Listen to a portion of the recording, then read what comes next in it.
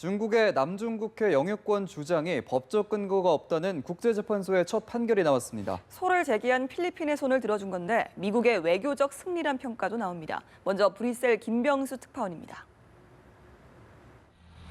네덜란드 헤이그의 상설중재재판소는 중국이 남중국해 영유권을 주장하는 것은 법적 근거가 없다고 판결했습니다. 영유권 분쟁의 핵심 쟁점에 대해 필리핀의 주장을 전적으로 받아들이고 중국의 주장을 인정하지 않은 겁니다. 중국이 판결을 수용할 수 없다며 강하게 반발하는 반면 미국은 이행을 압박할 것으로 보여 남중국해를 둘러싼 긴장이 더욱 고조될 것으로 보입니다. 일부에서는 미국의 외교적 승리라는 평가도 나옵니다. 상설중재재판소는 우선 중국이 주장해온 남해 구단선 내 자원에 대한 중국의 권리를 인정할 수 없다고 밝혔습니다. 남해 구단선은 중국이 남중국해 주변을 따라 그은 U자 형태의 9개 선으로 남중국해 전체 해역의 90%를 차지합니다. 중국은 남중국해에 대한 역사적 권리를 갖고 있으며 1982년 유엔 해양법 협약이 이를 무력화할 수 없다는 주장을 펴왔습니다. 이 선 안에는 스프레틀리 제도와 파라셀 제도 등 대표적인 분쟁 도서가 있습니다. 중국은 남해 구단선을 근거로 남중국해 영유권을 주장하며 인공섬을 조성해 군사 시설화에 나서고 필리핀 등의 조업을 단속해 왔습니다. 하지만 중재재판소는 중국이 인공섬을 건설해 필리핀의 어로와 석유 탐사를 방해함으로써 배타적 경제 수역, 즉 EEZ에서 필리핀의 주권을 침해했다고 밝혔습니다. 중국이 스플래틀리 제도와 미스치프 암초의 EEZ 권리를 행사할 수 없다고도 했습니다.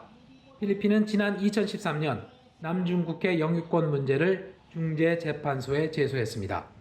브뤼셀에서 연합뉴스 김병수입니다. 중국은 시진핑 국가주석까지 나서 중재재판소의 판결을 수용할 수 없다고 밝혔습니다. 시 주석은 최근 군의 전투 준비 태세를 명령한 것으로 알려졌습니다. 계속해서 베이징 홍재성 특파원입니다. 중국은 남중국해 중재 판결을 수용할 수도 인정할 수도 없다고 밝혔습니다. 시진핑 국가주석은 남중국해 도서는 자고 이래 중국의 영토라며 중국의 영토 주권과 해왕 권익은 그 어떤 상황에서도 판결의 영향을 받지 않을 것이라고 말했습니다. 시 주석은 중국 유럽연합 정상회의 참석차 베이징을 방문 중인 EU 지도부와 만나 판결에 근거한 그 어떤 주장이나 행동도 수용할 수 없다며 이같이 밝혔습니다. 그러면서 우리는 남중국해 평화 안정 수호를 위해 결연히 노력할 것이라고 말했습니다. 중국 외교부는 성명을 내고 이번 판결은 효력이 없고 구속력도 없다고 주장했습니다. 我想说呢，这个仲裁庭所谓的仲裁庭，它从一开始就是建立在了菲律宾违法行为。